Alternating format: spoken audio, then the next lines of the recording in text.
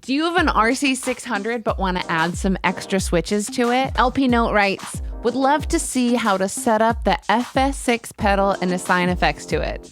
Well, awesome. I got this Boss FS-6 pedal and I'm going to show you how to set it up and assign these switches so that you can have more features at the ready. Mine is custom painted. Firstly, the FS-6 runs on 9-volt battery. So put a fresh one in there. The other thing you need is going to be a TRS cable. TRS stands for ring tip sleeve. On a TRS cable, it has these 2 black ribbons. Some patch cables have only 1 black ribbon that you can see, but we need the TRS kind to make sure that our 2 machines are talking to each other. On the back of the FS-6, there are a couple switches, mode and polarity for the A and the B, and I've switched them all over to be on the left. Plugging it in and programming it is super simple. Watch this. Use your TRS cable to plug into the middle plug-in of the FS-6, and then I've plugged mine into my Control 1 on the RC-600. Now that we're physically connected, let's assign the switch functions. On the RC-600, click Menu,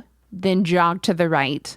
That first option here is the control function option, so click that knob. You might recognize this screen from when we customized our pedal mode, but this time we're gonna click the control function button on the far right. Expression and control pedals. Since my FS-6 is plugged into Control 1, that's gonna correspond to number 1 and number 2 on this screen. The only funky thing is that they're switched around. The Control 1 actually correlates to the B switch, and Control 2 correlates to the A switch.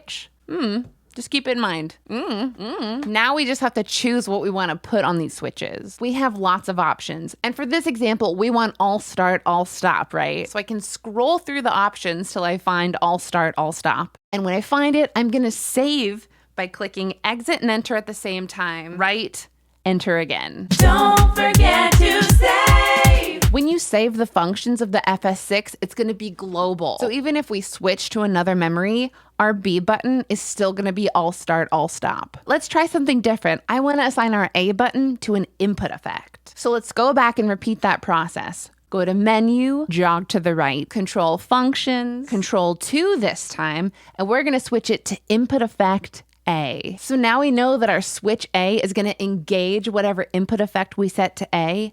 Now we got to decide what that effect is going to be. The input effects are located in the Loop button. So click Loop, jog to the right. There on the left is input effects. You can already see when I'm pressing A on the FS-6, it's turning on and off on the 600. So it's working. Now we just got to decide what effect that's going to be. So we'll click this knob and it'll show us all of our options. In my last video, I demonstrated the guitar to bass input effect, but for today, let's try out the panning delay. So we'll assign input effects A to panning delay. Panning delay, panning delay. Save it again just to make sure it retained all that. Don't forget to save. Let's see if we did it right.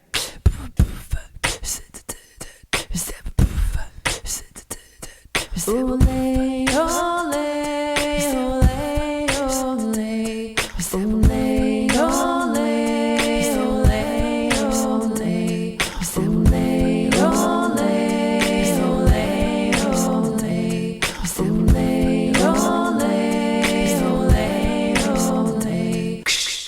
okay, well that worked. On my FS... Oh, nice. Thanks for subscribing, Dave Trains.